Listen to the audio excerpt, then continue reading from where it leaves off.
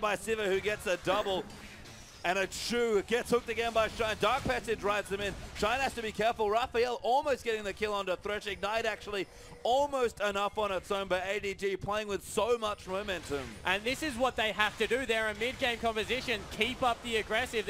Wow. Yeah, another good Cocoon. They're diving in onto Chu. They want it, but Repel will keep Elise safe. Comes back down. They'll take the turret, and it's so much aggression, but it's paying off every single time. Yeah, it certainly is. It's a measured aggression pastry time. They're prioritizing objectives still. They've got a huge wave in the bottom. Wave control's been fantastic. Ray even recognizing the fact that top wave is massive for him at the moment. He's going there to make sure it hits the turret as well. Actually just takes away the Grom. And that's a 7,000 gold lead before 20 minutes. And that's mostly just strong rotation and really good farm from ADG. They've got 4 turrets, that's certainly helping out as well. But EP have 2 of their own, and they're even ahead in Dragons as well. It's just that ADG been able to pick up the kills, navigated wonderfully through the map to maximize their CS, and it's showing across the board. Yeah, it certainly is. You can't fault their gameplay this time around. They got the better of the lane swap, able to keep Amazing J down, and he was the hero of game 1. He was so far ahead on Hecarim, and once again, wasn't willing to pick it up. I really have to question the drafting phase that's coming through from Energy Pacemaker. Not able to get much done. And Amazing J is horrifically behind in gold. 4,800 to 7,200 is the current gold difference between the top laners there. We've got Siva again going for the Phantom Dancer, so maximum damage coming through for the Infinity Edge, and back to the Hurricane here coming for Ray as well, who should have close to 100% uptime on that E once it hits level 5. Yeah, and the problem here for Energy Pacemaker is they don't have good wave clear. LeBlanc has to wave clear with her face, which just means that anytime she dives in, there's always a threat of a Cocoon, Lulu Polymorph, something like that hitting her, blowing her up. And there's just no other wave clear to come through for the Energy Pacemaker lineup, which means that they can continue to siege on ADG's side.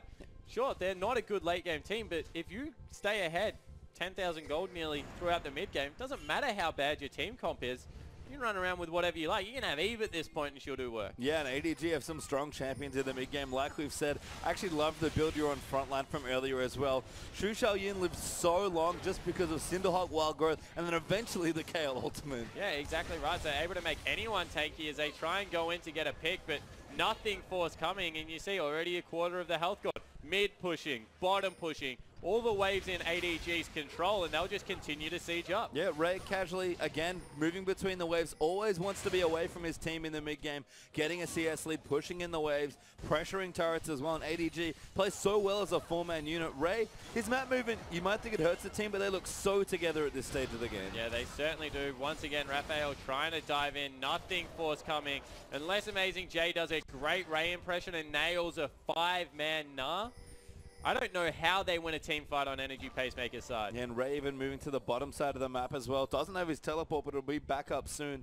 You can tell Raphael diving in, trying to poke them off, but every time he goes in, ADG throw out some cocoons and hooks, and if one of those hits, EP will lose their LeBlanc and any hope of defending this turret. Yeah, well, the turret will probably go down now. Once again, they clear out with LeBlanc ultimate, but that's on cooldown now next time it comes around. And meanwhile, Ray... Oh, amazing. Actually gnaws the wave to clear it out. Very cute stuff, but Ray even semi-diving Amazing J gets into 50% health. Yeah, and this is just shows how far Amazing J is behind. Feels he has to burn his ultimate to get it. Going all defensive items at this point, still ATCS down. And once again, sure, you clear out the wave, but what does it cost you? Now if you get dove, you don't have any utility to be able to add to a team fight. Wow. Drizzle gets caught, Latin comes in, but Shine has to back away. Cocoon, though, will cover their retreat and buying time for Ray to push in the bottom side. They've got good damage done to their tier 2, and this tower's going to fall soon. Yeah, it certainly is. Probably next wave. Amazing J has to go back. Top lane in the exact same situation right now. They're just wave clearing for days. And again, Jinzhao's pretty immune to all of the LeBlanc peel coming through. Plenty of peel from the team and the spell shield helping as well. They finally break their tier 2. Ray's going to get the same in the bottom side of the map, and it's wonderful execution by ADG. And now it really is 10,000 gold at 23 minutes. They've extended it so far. Once again, there's just not an answer out of Energy Pacemaker. They fell so far behind in this early game where it looks like they were going to be able to execute with the Draven. Draven had the early push, but Amazing J just got completely outlaned. Yeah, I mean, it was great movement to keep the Nah down consistently.